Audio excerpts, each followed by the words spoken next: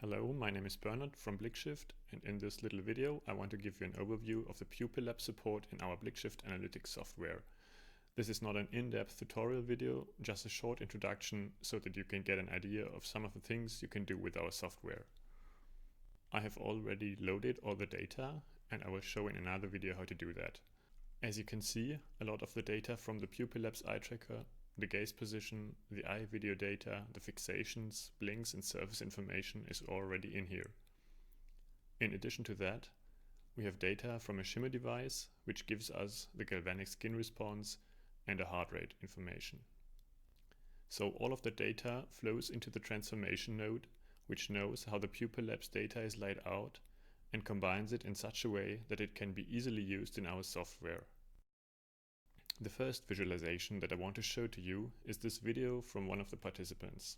This study was designed in such a way that the three participants, P1, P2 and P3 over here, walk into this room. And on the table there is a sheet with 3 questions. And they have to answer those 3 questions, and on the wall in this room there are some graphs in which the answers to those questions are hidden. The participants have to answer these questions, and basically that's it. As you can see here, we are already displaying the galvanic skin response and the heart rate of the participants. And this is displayed synchronized to the video from the Pupil Labs eye tracker. This first participant seems to have some kind of response to reading this questionnaire. Every time he looks at the questionnaire, his galvanic skin response is going up. And while he's looking at the graph, the response is not there or the value is going down. This is just one example of the things you can do with our software. Let's look at another example.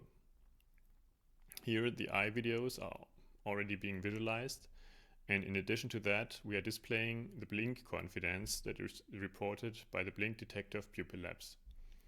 We can see that when the blink confidence is higher than 0.5, that there is a blink in the video.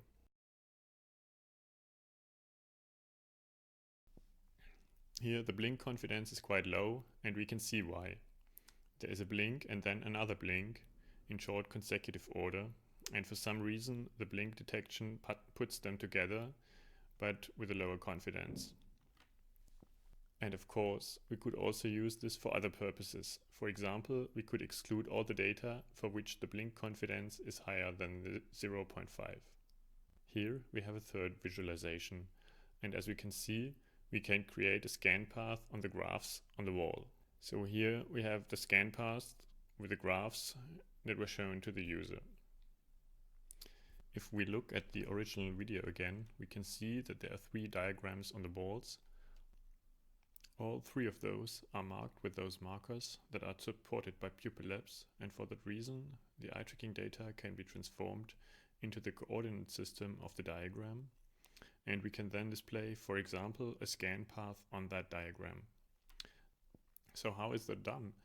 First of all, let's look at the data as we get it from Pupil Labs. We can see that there is a little bit of a problem here. The data always switches between none and the surface. But with a little trick we can get around that.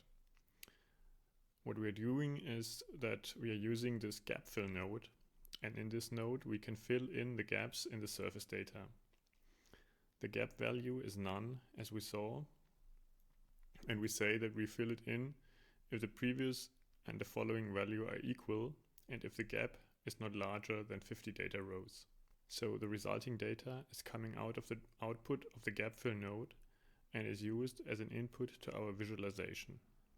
If we switch the displayed data to the gap-filled data, the result looks much better than before. This data then flows into the group node. In this node, we group the data according to the gap-filled surface data. What does this mean? It means that we can create a new data set for each surface. As a result, we now have those 4 data sets, 1 for each surface and none when the participant did not look at any of those surfaces. And we can visualize the data separately for each dataset, which in this case represents a different surface area.